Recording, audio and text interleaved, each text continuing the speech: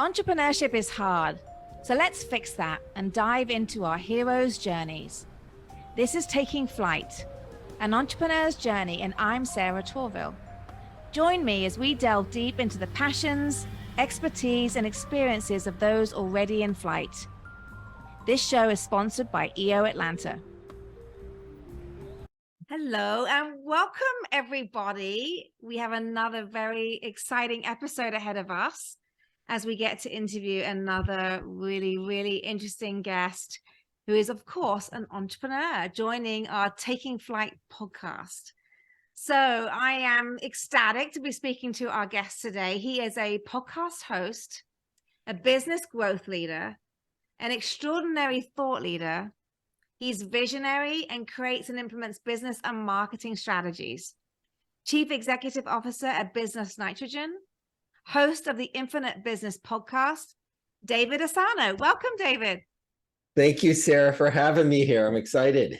Yes, we're going to do this. I have my dogs in the background. They're excited too. So hi, dogs. I don't have any pets with me at this moment. They may jump up, though. They may jump up. Okay, this could get lively. So, all righty. So we're going to kick things off, and we're going to move into our first really kind of interesting dialogue. I love to have a guest. I can't wait to ask you this question, David. What did you get right when you took your first flight into your entrepreneurial journey? I laugh because I think I made every mistake I possibly could and pretty much nearly lost everything. I mean, everything. Right. I crashed and I burned until with the last few dollars I had on a credit card, I pulled a rabbit out of a hat, and it shouldn't have worked, but it did. Okay. So what happened? How did you get that right? Well, I think really it's what I did wrong. Okay. I had built 2 8-figure businesses before. One, I started a division for a company that was 50 years old, and I grew it to, it was a $68 million company, and I grew a $45 million division in 5 years. So my ego was really high. I then was hired.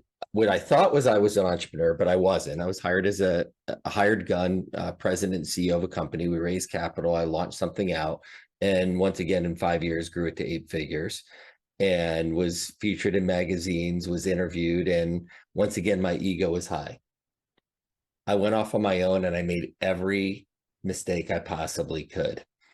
And it really took a day. We're in Atlanta. I went down to the Chattahoochee River, and just sitting there and thinking and saying, what the heck happened here? And what I realized is when I did it, when I had success, it was because I had a team around me. Yeah. And I'm really good with a team, but when I was by myself, it was all ego, and I wasn't about supporting other people. Right. So what happened by chance, what I got right was adding value to someone. Right. And with the last dollars that I had, and I wasn't even thinking about it, I'd met someone on an airplane, literally sitting in first class. And usually I put on my headphones and I focus, and I'm really not social on airplanes, but this person kept looking at me, and we became friends, and he needed help with his website and his marketing funnel. And I was actually a speaker, trainer, and coach with Tony Robbins and Chet Holmes at the time, trying to figure things out in between me launching. And as I went through I went from being at the top of the world, having a lot of money, and being in that top 1% to being hundreds of thousands of dollars in debt. And what happened is I referred this person to someone, and this person called me and said, I just want to let you know that the person screwed me over. Right. This is all that they did. And what happened is I said, I'll fix it for you. He said, no. Well, I went out and I hired someone with the last few dollars I had on my credit card to rebuild the website and redo the marketing funnel. And I called them up a few weeks later, and I said, hey, get on a Skype call with me. I want to show you something. And that person, and those last few dollars that I put out just to make things right, because I didn't want anything on, hey, listen, any bad blood, that person referred me tons of business, and I had a marketing agency overnight. Oh my gosh. That's what I did right. Literally putting the last bit of chips on the table, and it wasn't about me. It was about serving someone else. Yeah. Wow.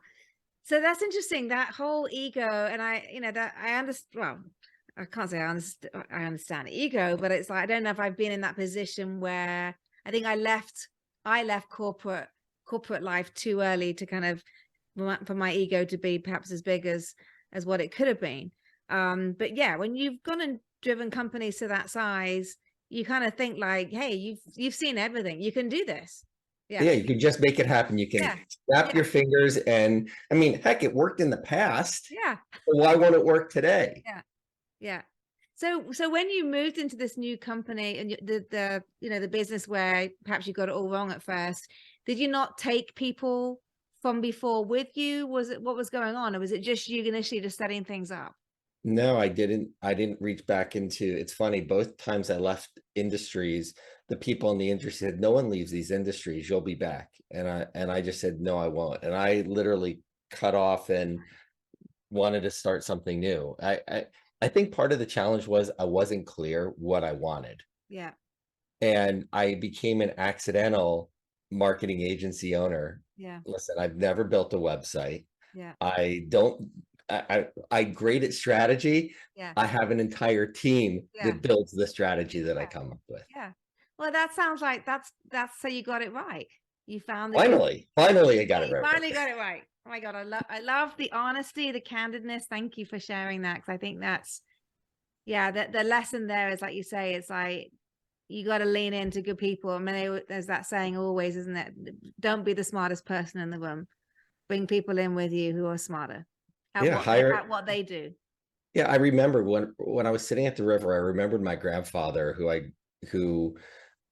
I grew up in his business, and he had an orthotics and prosthetics business, the artificial limbs and braces, and he didn't build any of them himself. I remember him saying, "I can build any company if I attract the right people." Right.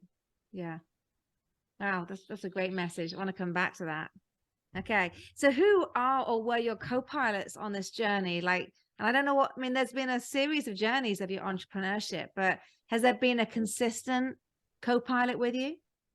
I would say the main co-pilot is my wife, who supported me even while the plane was losing altitude. And frankly, if it was below level, it was below sea level. And she continued to believe in me and support me. And she didn't once say, "Go back to corporate America and get a job." She said, "We'll figure this out." So I would say that she has been my co-pilot the entire time. And what is her name? Let's give her a shout out. What's her name? Jennifer. Jen. I've never met Jennifer, I don't think. Okay. Well, I'll make sure you do at one of Yeah. our next events that Yes. she comes to with me. Yeah. And so I would say it's her.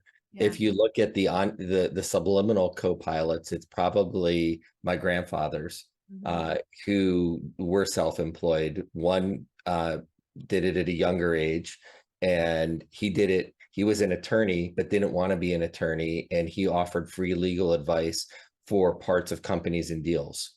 And he built his wealth by just adding value to other people. And he grew up in the Depression. He bought a property at one time, and my dad, and his brothers, they lived in a trailer. And so he put everything on in building value.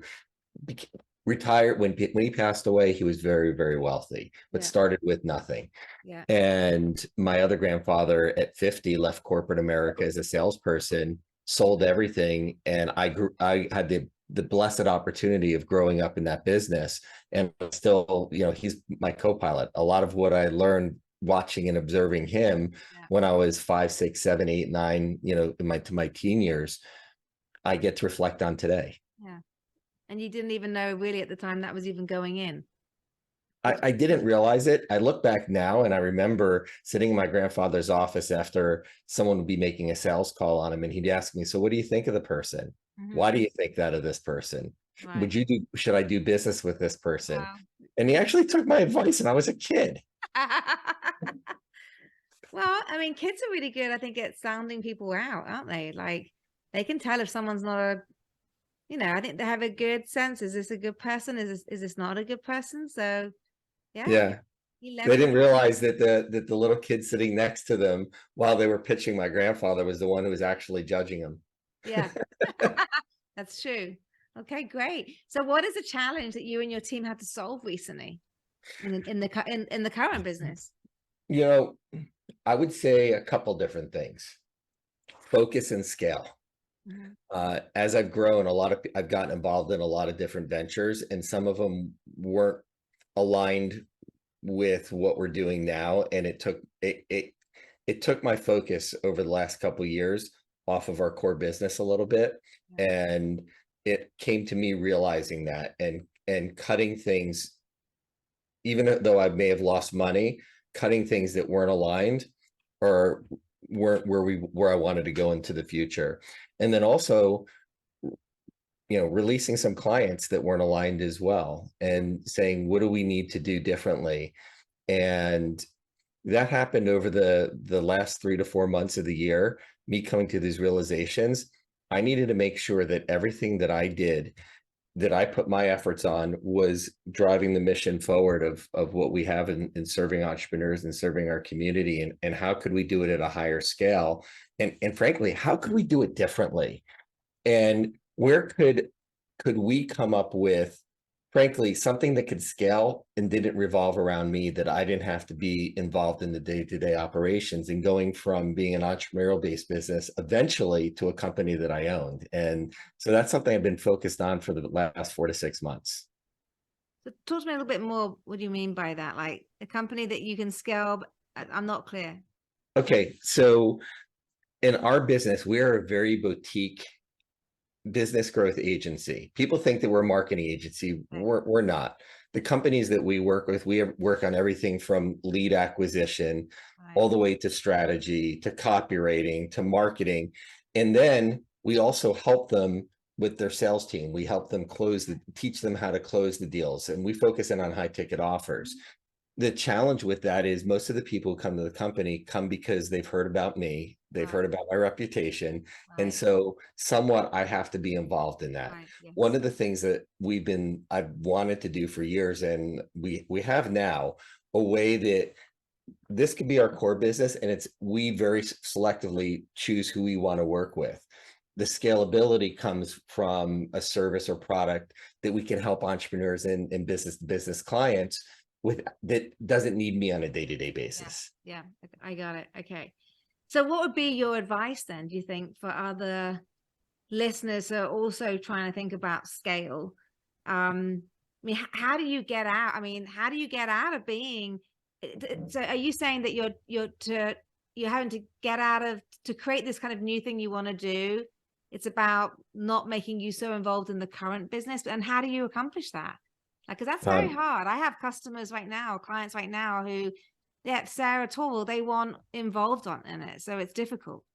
well, I think one of the first things that I did was I gave up the need of being needed and me feeling important Yeah. from everyone needing me. Okay. So it was a psychological shift, Yeah. and really working on making sure that I'm empowering the team to make the decisions, making sure that we're hiring up the right people and we're developing the people in a way that they take the ownership of the vision and the culture of the company, and it can take a life of its own that way. Yeah.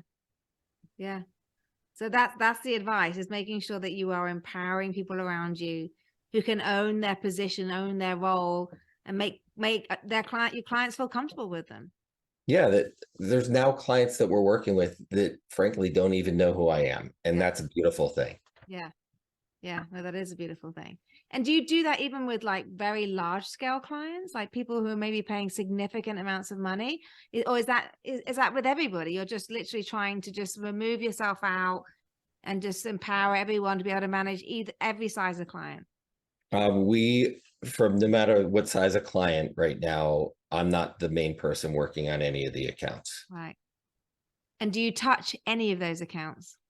I don't touch them personally unless it's someone's on vacation and I'll pop in and say hi, and it's, and get a pulse. so I'm not working on them on a day-to-day basis. Although I know everything that's going on, because on our team huddles or on our marketing meetings, when we're reviewing clients and talking about what's going well, where we're having challenges, where we need improvement, I may put input there, Yeah. but on a day-to-day with the client, I'm Yeah. not. Yeah. I got it. That's great. So what is, I mean, is there something like, we always like to refer, well, we always, podcasts, books, they're great tools for us to learn how to solve the type of problems you've been talking about. Was there something in particular, a book you read that helped you solve that, or just something you want to share with our listeners and viewers of a really great, tool book for entrepreneurs? It's interesting. I've worked with, over the years now, especially having the opportunity to be a speaker and consultant and coach for Tony. I've worked with thousands of people, and the number one thing that holds us all back that we don't really focus on is our mindset, our belief system.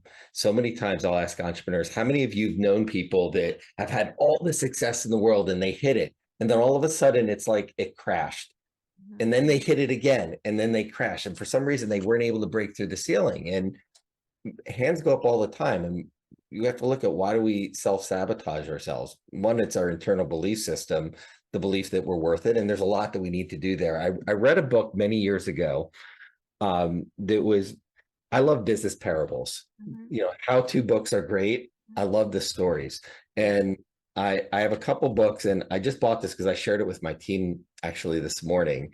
Mhm. One of the books that inspired me to write the book that I just completed was this, and most people probably never heard of it. It's called The Book of Secrets. Mhm. It's by Robert Petro, Mhm. and it's really talking about spreading goodwill in the world, and it's a book of inspiration. It's a grandfather that's in. Maybe that's why I liked it so much, because it reminded me of my grand. I'm just hitting me right now, but it's a grandfather who passes away and somehow left these clues and secrets Mhm. for his grandson to discover, and he had to discover, and how you can create your path. I love this book. Yeah. Um, and then another one was Outwitting the Devil by Napoleon Hill, because it's another business parable about that challenge of good versus evil, and what do we need to focus in on and what do we need to avoid, and what voice in our head do we listen to? Okay. So the Book of Secrets, is that a business storytelling book? Yeah, well, it's from rags to riches. Mhm. It's a rags to riches story, Okay. and how this grandson worked hard and worked with a book about integrity, a book about values, a book about serving. And I'm just aligned with that. Yeah, I love that. Thank you for sharing that. It's really, really, Sure. really great. So what excites you about your future flight? Where are you heading? Well, there's a couple great things that I'm excited about.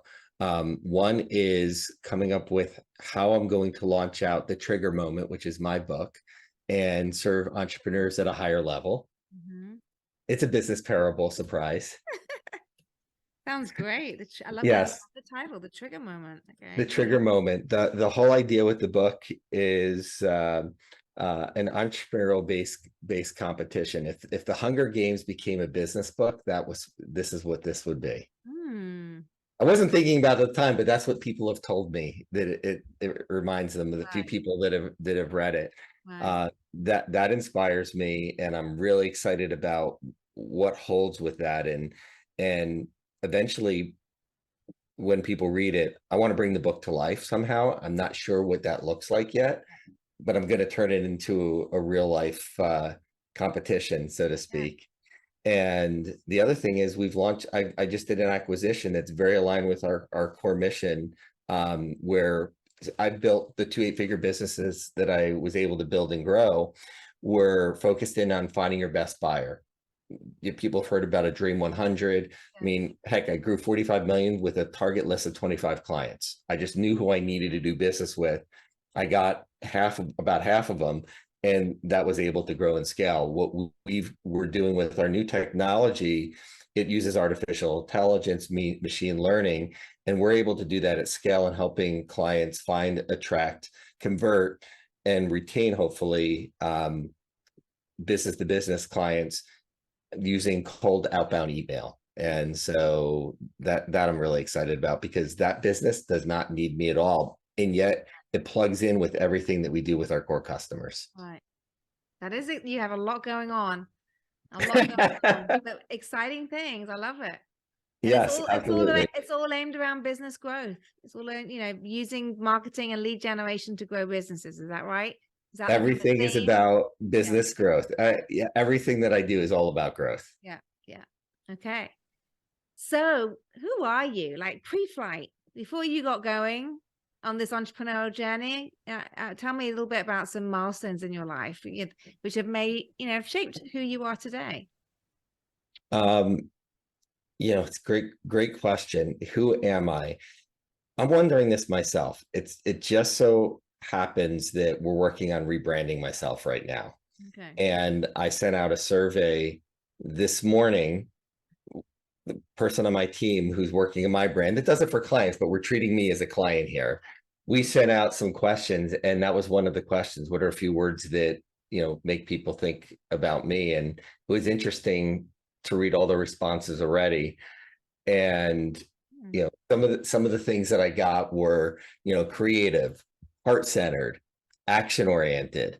And, but, when I look at all of that came because of hard work and doing things wrong. When I was younger, I think I was a lot more aggressive than I am today. I Yeah. probably wasn't the nicest person to work with. Right. And as I built my company here, I said, who do I want to be? Who do I want to be known as? When I look back and at the end of my life, and I look back, what kind of impact do I want? What kind of impact do I want to make on the people that I work with and touch?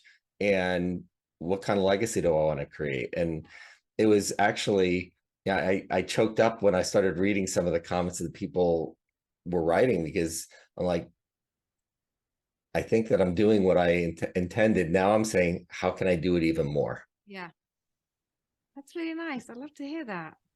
You touched my heart there.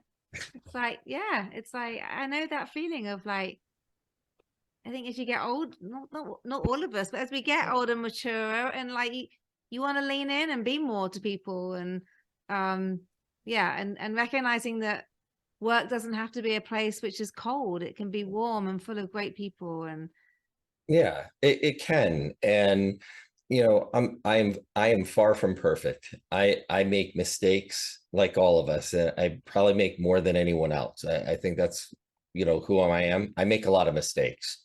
Hopefully I learn from those mistakes. it sounds like And you are. You have been. You have been.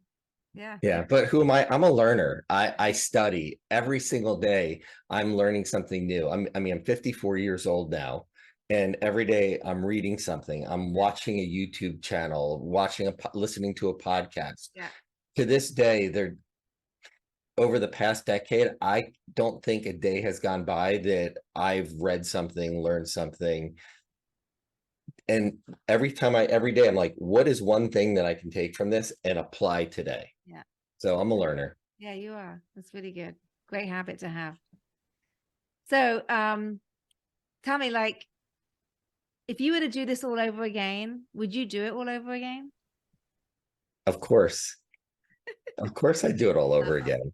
I think I would do some things differently. I would have the question is, if I did it all over again, would I be able to do it all over again with the knowledge and skills that I have today?